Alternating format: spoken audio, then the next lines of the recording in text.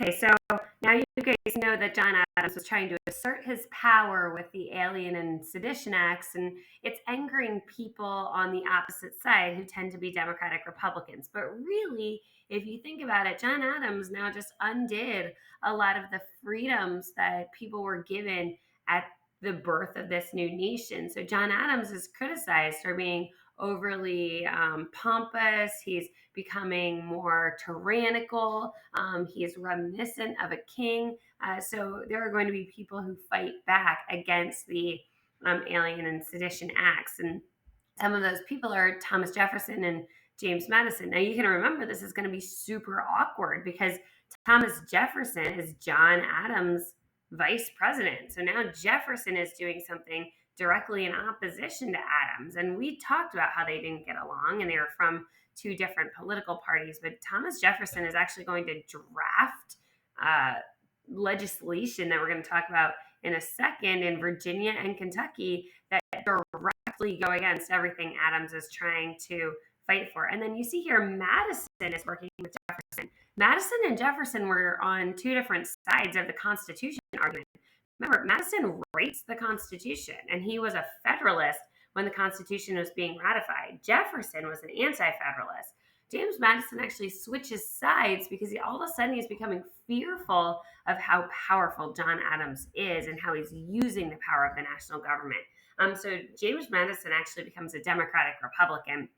I mean, that's the platform he'll run on when James Madison becomes president.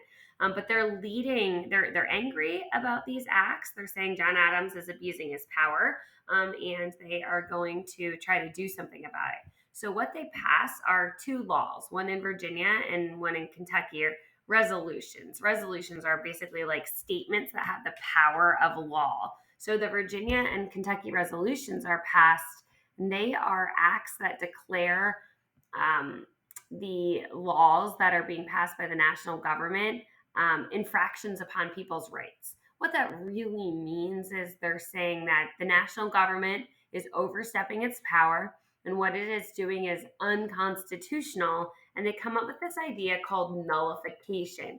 So Madison and Jefferson say it's the responsibility of the states to call out the national government when they're doing something that might infringe or take away some of the rights that are actually reserved for the states. So remember, we talked about the 10th Amendment reserving rights for the states.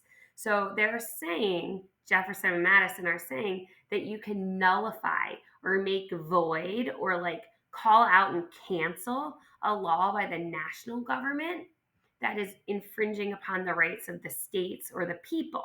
So that's what the Kentucky and Virginia resolutions are saying is that the national government is overstepping its bounds with the Alien and Sedition Act, and Virginia and Kentucky are not going to go along with it. They're declaring that law void, or they're nullifying it.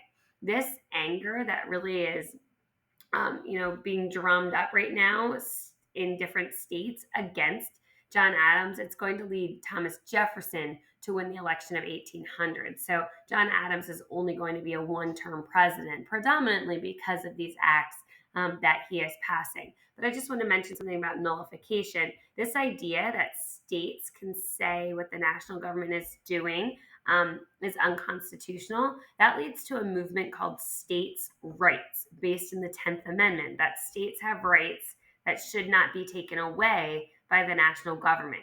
This argument of nullification, this is actually going to lay the groundwork for the Civil War that will play out in 1860. So we will talk about this idea again. But this comes about first with the Kentucky and Virginia resolutions.